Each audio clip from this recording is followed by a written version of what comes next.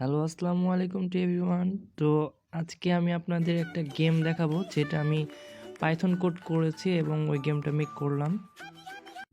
এটা হচ্ছে কোডটার ওভারভিউ আর এটা হচ্ছে ফুল কোড। এই গেমটা তৈরি করতে আমার মোট 286 লাইনের কোড লিখতে হয়েছে। যদিও এটা আরও কম লাইনে করা যায়, কিন্তু আমি বিগিনার, তাই আমার একটু বেশি কোড লিখতে হয়েছে।